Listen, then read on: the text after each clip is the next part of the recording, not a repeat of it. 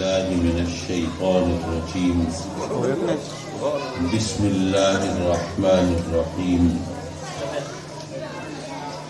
هو الذي أرسل رسوله بالهدى ودين الحق ليظهره على الدين كله وكفى بالله شهيدا صدق الله مولانا العلي العظيم وصدق رسوله النبي الأمين ونحن على ذلك لمن الشاهدين والشاكرين والحمد لله رب العالمين. واجب التعظیم علماء کرام، لائق تکریم مہمانان گرامی اور مکرم و معزز حاضرین محفل، مولانا منظور احمد سعیدی صاحب کی دعوت پر مجھے عصر کے وقت پہنچنا تھا. حسب معمول دوستوں اور محبین اور کرم فرماؤں کے ہاتھوں اتنے بے بس اور لاچار ہوئے کہ یہاں پہنچتے پہنچتے مغرب کا وقت ہو گیا اور ابھی آگے مصروفیات کا ایک طومار ہے. تو ایسے میں کسی باقاعدہ تقریر کی داغ بیل تو نہیں ڈال سکتا، لیکن نصیحت کے طور پر چند باتیں ضرور گزارش کرنا چاہوں گا. حضرات مکرم، کائنات کے اندر جو بھی چیز بنائی جاتی ہے اس کا کوئی نہ کوئی مقصد ہوتا ہے، اور جو چیز اس مقصد کو پورا نہ کرے جس مقصد کے لیے وہ بنائی گئی ہے تو اس چیز کو ضائع کر دیا جاتا ہے، پھینک دیا جاتا ہے. مثلاً آپ نے سائیکل خریدی سواری کے لیے،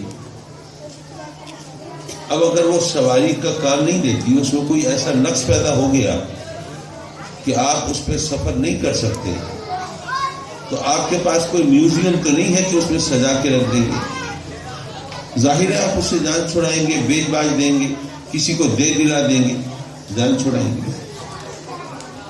آپ نے جوڑا سلوایا کپڑوں کا پہننے کے لیے، ستر پوشی کے لیے، لیکن وہ درزی نے اس میں کوئی ایسی خرابی کر دی کہ اب آپ وہ پہن نہیں سکتے. تو اب آپ اسے سینت کے تو نہیں رکھیں گے کہ اس میں پیسے خرچ ہوئے جی کیا کریں جی. اب تو ظاہر ہے کہ یہ جوڑا پہن نہیں سکتا لیکن ضائع تو نہیں کرنا، اسے بھی کسی کو دے دلا دیں گے، ڈسپوز آف کر دیں گے. کوئی بھی چیز جس مقصد کے لیے آپ نے پھل خریدا، گھر میں لا کے کہیں رکھ کے بھول گئے، وہ پھل گل گیا، سڑ گیا.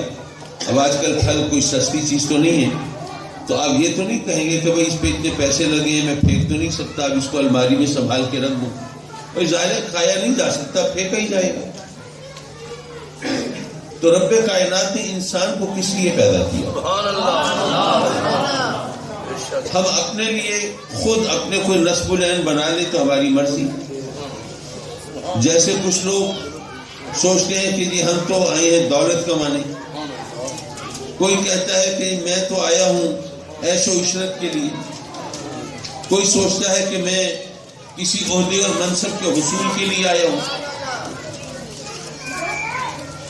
تو یہ تمام ایمز اینڈ ٹارگیٹس تو ہم نے اپنی مرضی سے رکھے ہیں، لیکن سوال یہ ہے کہ جو ہمارا پیدا کرنے والا ہے اس نے ہمیں کس لیے پیدا کیا ہے.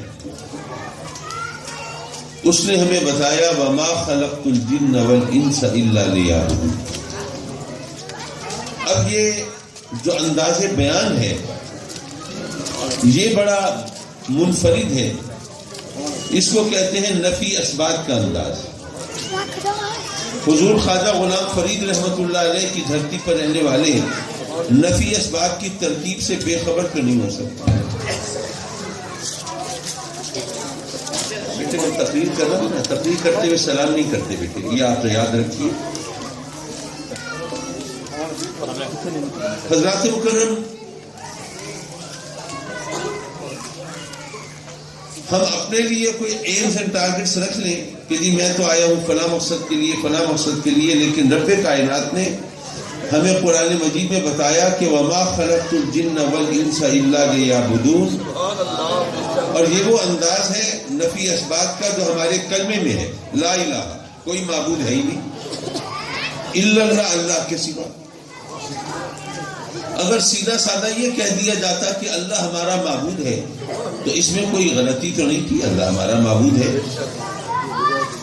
لیکن اس میں کچھ لوگ چور دروازے تلاش کر سکتے تھے، اپنے لیے بہانے ڈھونڈ سکتے تھے کہ جی اللہ ہمارا معبود ہے، ہم مانتے ہیں اللہ بھی ہے اور بھی ہے، لیکن نہیں، کہلوایا لا الہ، کوئی معبود ہے ہی نہیں الا اللہ، اللہ کے سوا، یعنی اللہ کے سوا ہر معبود کی نفی ہو گئی، بس معبود ہے تو وہی ہے، اس کے سوا اور کوئی معبود نہیں۔ یہی انداز ہمارے مقصد تخلیق کے تعین کے وقت رب کائنات نے اپنایا کہ تم یہ نہ سمجھو کہ مال بنانا، دولت کمانا، کسی عہدے اور منصب تک پہنچنا، زمین جائیداد بنانا یا کوئی اور ٹارگٹ اچیو کرنا تمہارا مقصد حیات ہے، نہیں، بتا دیا کہ ہم نے جنوں اور انسانوں کو پیدا کیا ہی نہیں مگر اس لیے کہ وہ اللہ کی عبادت کریں، اس کی معرفت حاصل کریں، یعنی اللہ کی عبادت و معرفت کے سوا ہمارا کوئی اور مقصد تخلیق نہیں۔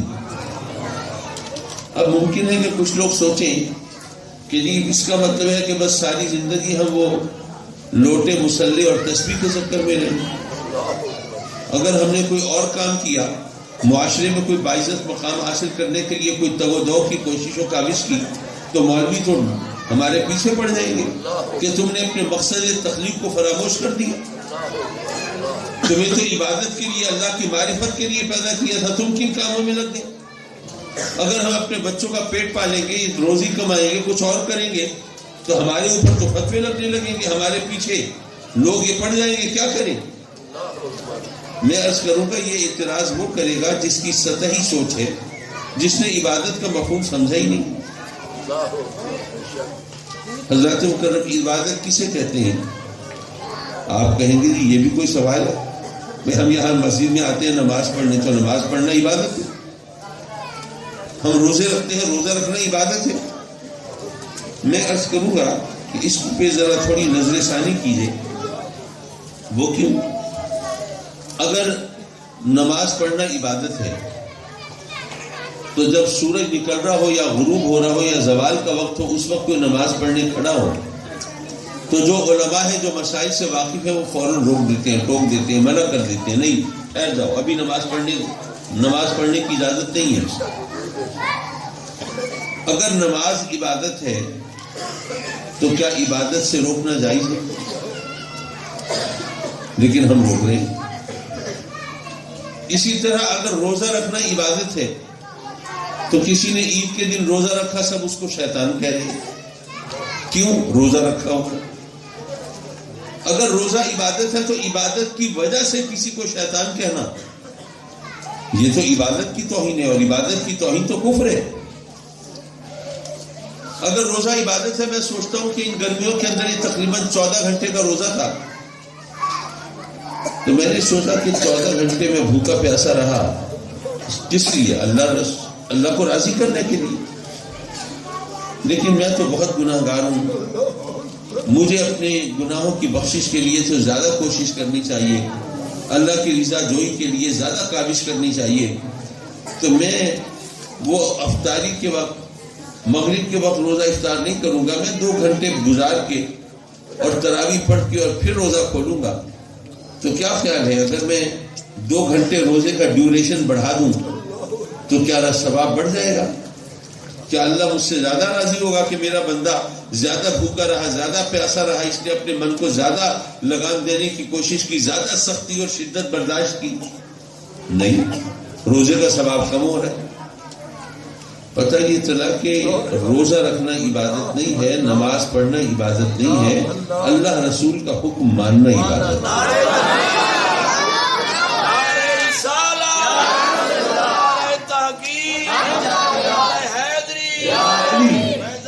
مرشد کریم حضور غزالی زمان سید ارشد صحیح شاہ صاحب کاظمی، سید حامد صحیح شاہ صاحب کاظمی۔ حضرات مکرم، دراصل بات ہوتی ہے یقین کی، یقین کے بغیر کچھ بھی حاصل نہیں ہوتا۔ ایک مسجد کے انٹرنس پہ آگے سامنے فرنٹ پہ ایک بورڈ لگا ہوا تھا کہ اللہ تمہیں دیکھ رہا ہے. اب ظاہر ہے ہر مسلمان کا عقیدہ ہے اللہ دیکھ رہا ہے. اب وہ بورڈ بھی لگا ہوا ہے اللہ دیکھ رہا ہے، لیکن کبھی مسجد کا پنکھا چوری ہو جاتا ہے، کبھی لوگ ٹوٹیاں اتار کے لے جاتے ہیں، اور جوتیاں تو روز ہی چوری ہو رہی ہیں. ایک دن لوگ آئے تو انہوں نے دیکھا کہ وہ بورڈ اترا ہوا ہے، اس کی جگہ ایک اور بورڈ لگا ہوا ہے، آپ کو کیمرے کی آنکھ دیکھ رہی ہے. اب کوئی چیز چوری نہیں ہو رہی، بلکہ اگر کوئی اپنا پرس، والیٹ، کوئی موبائل وغیرہ بھول بھی جائے تو وہ بھی اٹھا کے دے آتے ہیں انتظامیہ کو، جی وہ کوئی نمازی بھول گیا ہے یہ اس کو پہنچا دیں. حضرات مکرم بات تو یقین کی ہے، تو اگر ہم یقین کی دولت سے مالا مال ہوں تو ایسی صورت میں ہماری عبادت بھی، ریاضت بھی، تمام چیزیں ان میں وزن ہوگا. اللہ پر یقین، اس کی رحمت پر یقین، ہمارے اعمال کی قبولیت پر یقین، جنت اور دوزخ پر یقین. لیکن ہم ساری زندگی شک اور یقین کی سرحدوں پر اندھا بھینسا کھیلتے رہتے ہیں.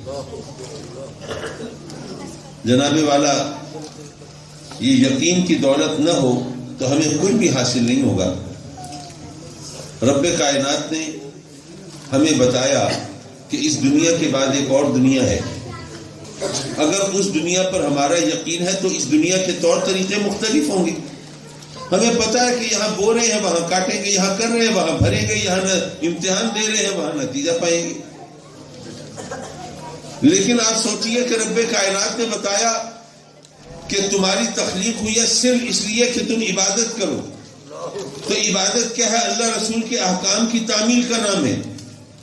تو تمہیں اس لیے پیدا کیا ہے کہ اللہ رسول کے احکام کو مانو، ان کے مطابق زندگی گزارو.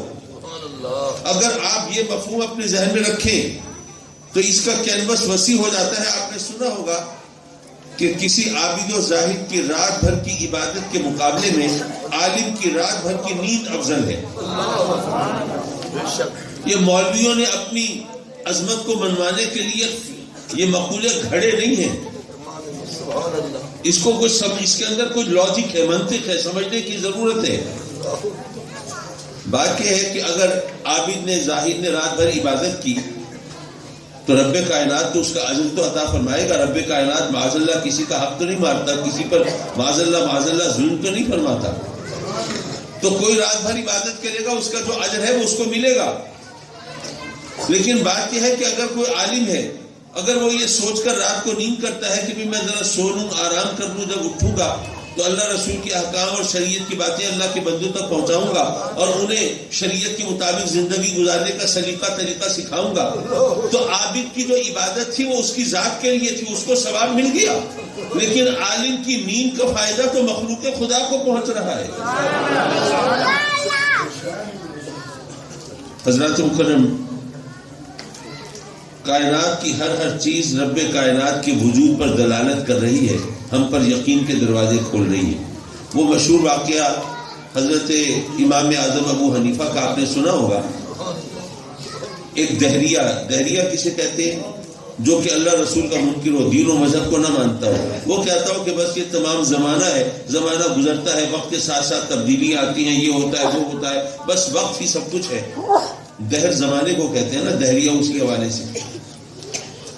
تو وہ ایک دہریہ آیا، اس نے جناب لوگوں کو زج کر کے رکھ دیا، کوئی اس کے اعتراضات کے جوابات نہیں دے سکا.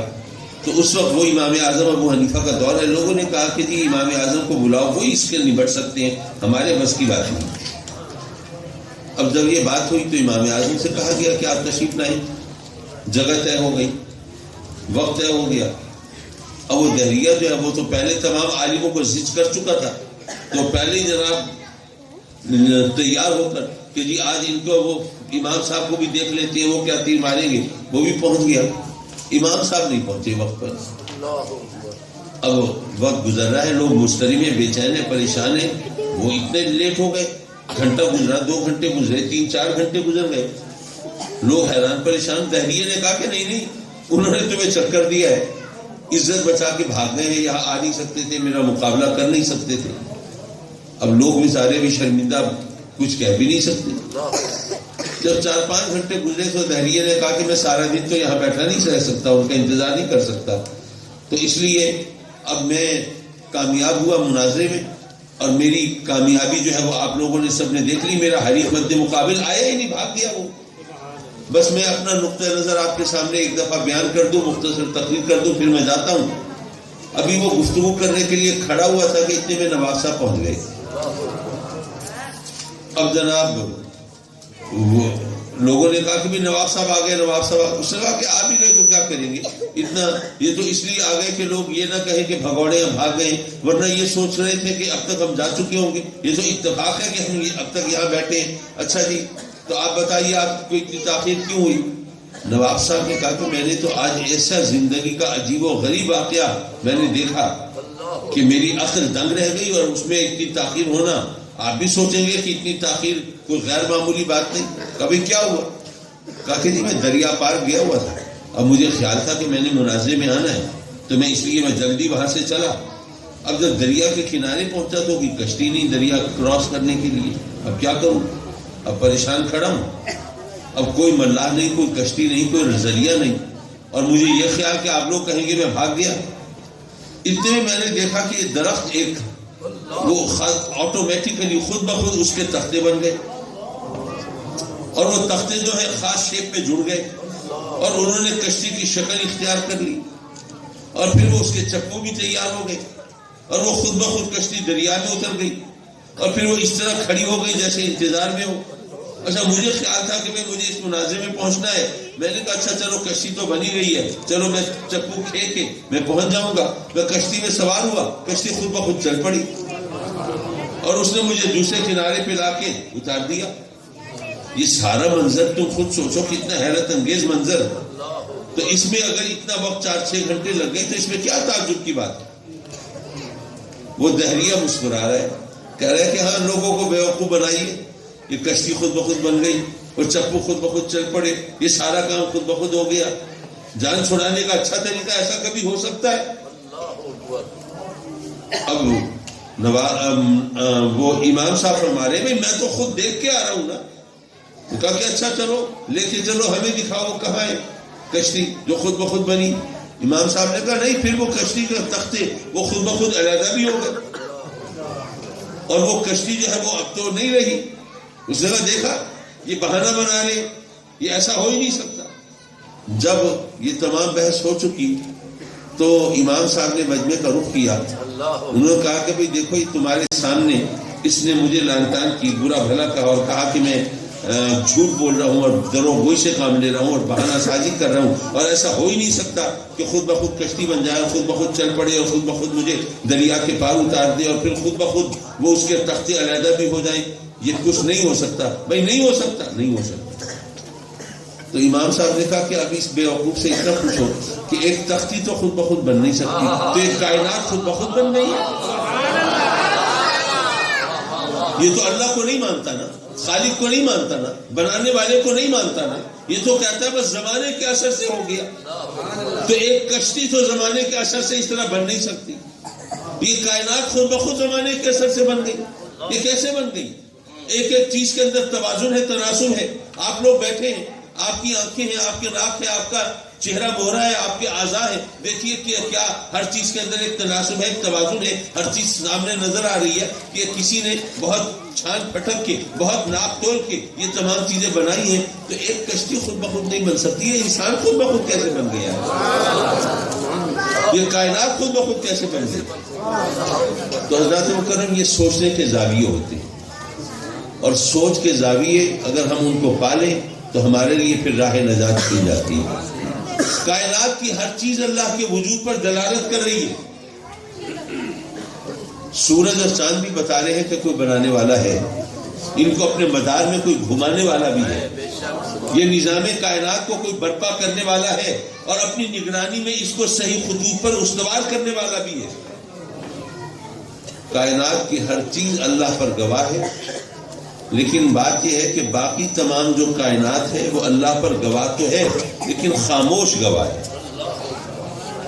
لیکن میرے آقا کریم حضور علیہ الصلوۃ والسلام کا کمال یہ ہے کہ جب یہ خاموش دلیلیں میرے آقا کریم کی بارگاہ میں آتی ہیں تو ان کو زبان مل جاتی ہے.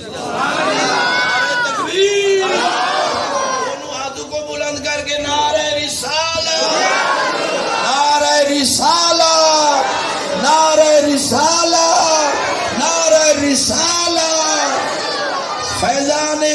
مرشد کریم حضور غزالی زمان. حضرات مکرم، سورج بھی اس پر گواہ ہے، چاند بھی اس پر گواہ ہے، لیکن میرے آقا کریم صلی اللہ علیہ وسلم نے چاند کے 2 ٹکڑے کر کے دکھا دیے کہ یہ اللہ کی مخلوق ہے نا، تو اللہ کے محبوب کے اشارے پر چاند 2 ٹکڑے بھی ہو سکتا ہے. سورج اللہ کی مخلوق ہے نا، تو اس کے محبوب کے بلاوے پر الٹے پاؤں بھی پھر سکتا ہے. یہ پتھر یہ بھی اس کی ذات پر گواہی دے رہے ہیں، ویسے گواہی نہیں دیں گے، لیکن جب میرا اشارہ ہوگا تو کلمہ بھی پڑھنے لگیں گے. حضرات مکرم، ایک آخری بات عرض کر رہا ہوں اور پھر میں آپ سے اجازت چاہوں گا. دیکھیے، اگر کبھی عرب لوگوں سے آپ کا واسطہ پڑا ہو تو آپ نے دیکھا ہوگا کہ بڑے مستقل مزاج ہوتے ہیں، بڑے اپنی بات پر ڈٹے رہنے والے. میں ذرا مناسب الفاظ استعمال کر رہا ہوں، ورنہ یہ بھی کہہ سکتا تھا وہ بڑے ہٹ دھرم ہوتے ہیں اور ضدی ہوتے ہیں اور اپنی بات پر اس طرح ڈٹ جاتے ہیں کہ اب ان کو کوئی ہٹا نہیں سکتا. اچھا، آج کل تو پھر بھی ماحول بدل گیا نا، تعلیم عام ہو گئی، روشن خیالی ہو گئی، لوگ دلیل کی زبان سمجھنے لگے، اور پھر کوئی بات عام بات منوانی ہو تو وہ تو پھر بھی آسان ہوتا ہے، لیکن کسی کا عقیدہ بدلنا تو آسان کام نہیں ہوتا. لیکن آج سے 1500 سال پہلے ان عربوں کا تصور کیجئے، ان کی ضد اور ہٹ دھرمی کی کیفیت کیا تھی. ان سے میرے آقا کریم صلی اللہ علیہ وسلم نے کیسے منوایا ہوگا کہ یہ بت کچھ نہیں کر سکتے، بس سب کچھ کرنے والا میرا اللہ ہے. سوچیے اس بات.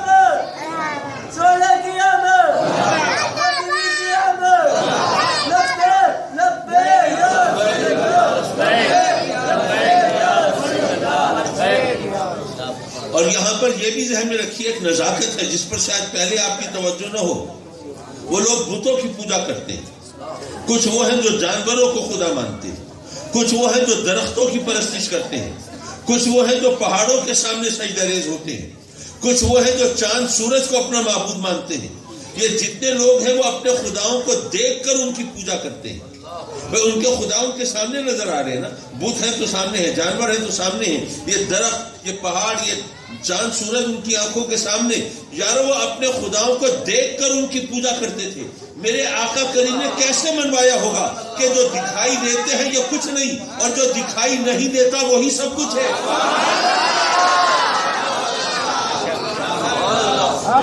یہ منوانا کوئی آسان بات ہوگی؟ حضرات مکرم، بات دراصل یہ ہے، میرے آقا کریم صلی اللہ علیہ وسلم نے گویا یہ فرمایا کہ اے لوگوں، میں خدا نہیں، میں معبود نہیں، میں پرستش کے قابل نہیں، میں پوجا کے لائق نہیں. میں تو اس کا فرستادہ رسول ہوں، اس کا بھیجا ہوا نبی ہوں، میں تو اس کا عبد مقدس ہوں، میں تو اس کا رسول ہوں، میں پاک بندہ ہوں اس کا، میں خدا نہیں. لیکن اگر پتھر میرے نام کا کلمہ پڑھتے ہیں تو جس کا کلمہ میں پڑھتا ہوں اس کی شان کیا ہوگی؟ اے لوگوں، میں تو خدا نہیں، لیکن اگر جانور میرے قدموں پہ سجدہ ریز ہوتے ہیں تو جس کی بارگاہ میں میں ماتھا ٹیکتا ہوں اس کا مقام کیا ہوگا؟ اے لوگوں، میں تو خدا نہیں، لیکن اگر چاند میرے اشارے پہ 2 ٹکڑے ہو جاتا ہے تو جس کے اشاروں پہ میں چلتا ہوں اس کی طاقت کا عالم کیا ہوگا؟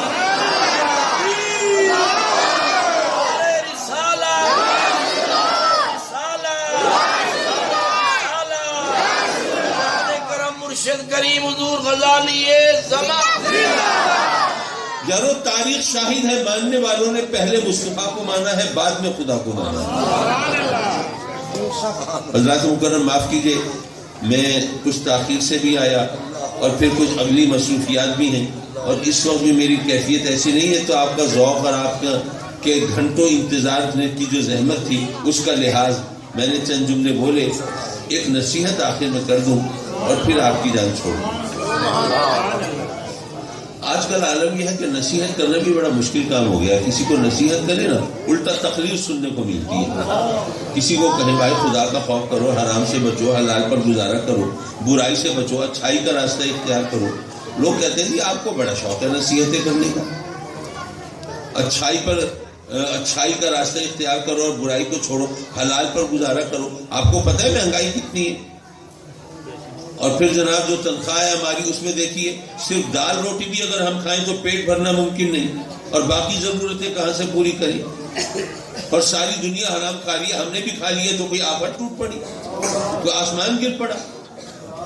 اب ہمارے اوپر نصیحتیں نہیں جی تم برائی چھوڑ دو، چلو برائی چھوڑ دی، کیا برائی ختم ہو جائے گی؟ کیا اچھائی کا بول بالا ہو جائے گا؟ کیا دنیا پاک صاف ہو جائے گی؟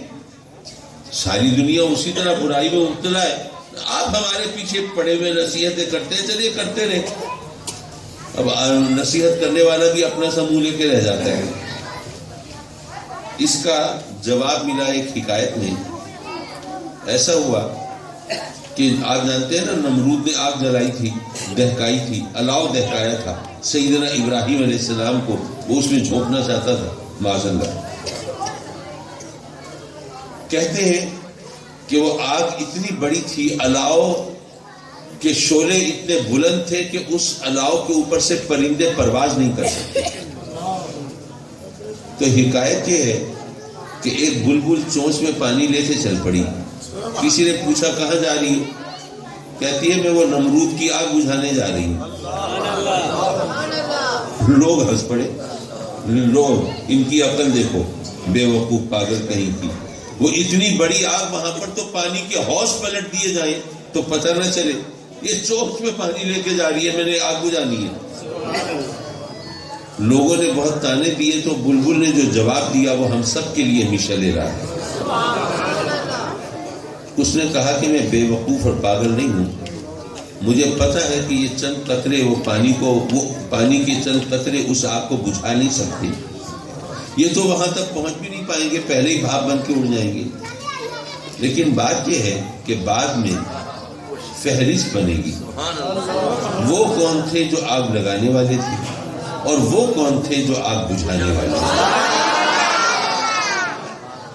یہ پانی کے چند قطرے وہ آگ تو نہیں بجھا سکتے، لیکن مجھے اس فہرست میں جگہ تو دلا سکتے ہیں نا جو آگ بجھانے والوں کی۔ یارو اگر ہم برائی کو چھوڑیں، نیکی کے راستے پہ چلیں، ممکن ہے ماحول نہ بدلے، ممکن ہے برائی ختم نہ ہو، ممکن ہے اچھائی کا پتہ نہ چلے ہے بھی صحیح یا نہیں۔ ویسے مجھے یقین ہے کہ فرق پڑتا ہے، چراغ سے چراغ جلتے ہیں، لیکن چلو ایک لمحے کو فرض کر لیا کہ کوئی فرق نہیں پڑتا، لیکن یارو کوئی فرق نہیں پڑتا تو دنیا کو نہیں پڑتا نا، تمہیں تو پڑتا ہے۔ فہرست تو بنے گی نا، وہ کون تھے جو برائی پھیلانے والے تھے اور وہ کون تھے جو اچھائی کے چراغ جلانے والے تھے۔ تو ہم کیا چاہتے ہیں، ہمارا نام کون سی فہرست میں شامل ہو، ہمیں تو فرق پڑے گا نا۔ مولا کریم اپنے کرم سے ہمیں برائی سے بچا لے، نیک راہوں پر چلا دے اور اپنے احکام کی تعمیل کی توفیق عطا فرما دے اور ہمارے لیے راستے آسان کر دے۔ اللہم صلی علی سیدنا و مولانا محمد وعلی آل سیدنا و مولانا محمد وبارک وسلم وصلی علیہ۔ ربنا آتنا فی الدنیا حسنہ وفی الآخرۃ حسنۃ وقنا عذاب النار۔ میرے مولا اس مبارک محفل میں حاضری کو مقبول و منظور کرنا، کہ تیرے بندے تیری بارگاہ میں سوالی ہیں، جھولیاں پھیلائے تیری رحمتوں کے طلبگار ہیں۔ مولا ان میں کچھ بیمار ہیں، کچھ دوستوں کے اہل خانہ بیمار ہیں، سب کو سکھی صحت عطا فرما دے، شفائے کاملہ عطا فرما دے، بیماری کو ہمارے گھروں سے دور دفع فرما دے۔ کچھ تیرے بندے غربت کی چکی میں پھس رہے ہیں، میرے مولا یہ کورونا وائرس کے چکر میں تو دنیا نے سفید پوش لوگوں کا جینا حرام کر دیا میرے مولا، اب ان کے لیے زندگی بہت دشوار ہو گئی، اپنے کرم سے ان کو کھلا رزق دے دے۔ اس وقت جو روز افزو بڑھتی ہوئی مہنگائی ہے، اس نے ویسے ہی کمر توڑ کے رکھ دی ہے۔ تیرے بندے کبھی جرم کی طرف جانے لگتے ہیں، کبھی خودکشی کا سوچنے لگتے ہیں، مولا اپنے کرم سے ان مصیبتوں سے بچا لے، کھلا اور کشادہ رزق عطا فرما اور اپنے سوا کسی کا محتاج نہ کرنا۔ کچھ تیرے بندے قرضے کے بوجھ تلے دبے ہیں، ادائیگی کی کوئی صورت نظر نہیں آتی، مولا غیر سے کوئی بہانہ بنا دے اور قرضے کی لعنت سے نجات دلا دے اور ہمیں بھی اپنی چادر دیکھ کے پاؤں پھیلانے کی توفیق دے۔ میرے مولا کچھ تیرے بندے اولاد سے محروم ہیں، نہ جانے کب سے آنسو بہا کے جھولیاں پھیلا کے التجائیں کرتے ہیں، ان کی جھولیاں بھر دے میرے مولا، خوش نصیب اولاد دے دے، زندگی والے فرزند عطا فرما، اور جن کو اولاد دی ہے میرے مولا ان کو اولاد کی خوشیاں دکھا دے، اولاد کے دکھ سے بچا لے، ہمارے بچوں کو ہمارے خوابوں کی تعبیر بنا دے، ہمارے لیے عزت و راحت کا سامان بنا دے۔ آج کل تقریباً ہر گھر کی کہانی ہے، جوان بچیاں گھروں میں بیٹھی ہیں، اچھے رشتوں کا کال پڑ گیا ہے، مولا یہ بوجھ بھی تو نے اپنے کرم سے ہمارے کندھوں پہ ڈالا تھا، تو اپنے فضل سے اس سے بحسن خوبی سے بغدوش بھی کرا دے۔ میرے مولا ہمیں ہمارے بچیوں کی بہاریں دیکھنا نصیب فرما، اور اپنے کرم سے اپنے حبیب کے صدقے میں میرے مولا ان کو خوش دیکھ کے ہم بھی تیری رحمتوں کے گنگار، ہمیں اپنے سجدوں کی لذت دے دے، اپنی عبادت کا ذوق دے دے، اپنے احکام کی تعمیل کی توفیق دے۔ میرے مولا یہاں اس محفل میں جو تیرے بندے تشریف فرما ہیں سب کے گھروں کو آباد فرما، گھر والوں کو آباد رکھنا، ان کے گھروں کو امن اور سکون کا گہوارہ بنا۔ میرے مولا اس مسجد اور ادارے کو بھی آباد رکھنا، اور جو تیرے گھر کو آباد کرے تو ان کے گھروں کو آباد۔ آمین آمین آمین یا رب العالمین۔ اللہ تعالیٰ مولانا منظور صاحب کے والد کے درجات بلند فرمائے، ان کو جنات الفردوس میں اعلیٰ مقام عطا۔ آمین آمین آمین یا رب العالمین۔ وصلی اللہ تعالی علی خیر خلقہ و مولانا محمد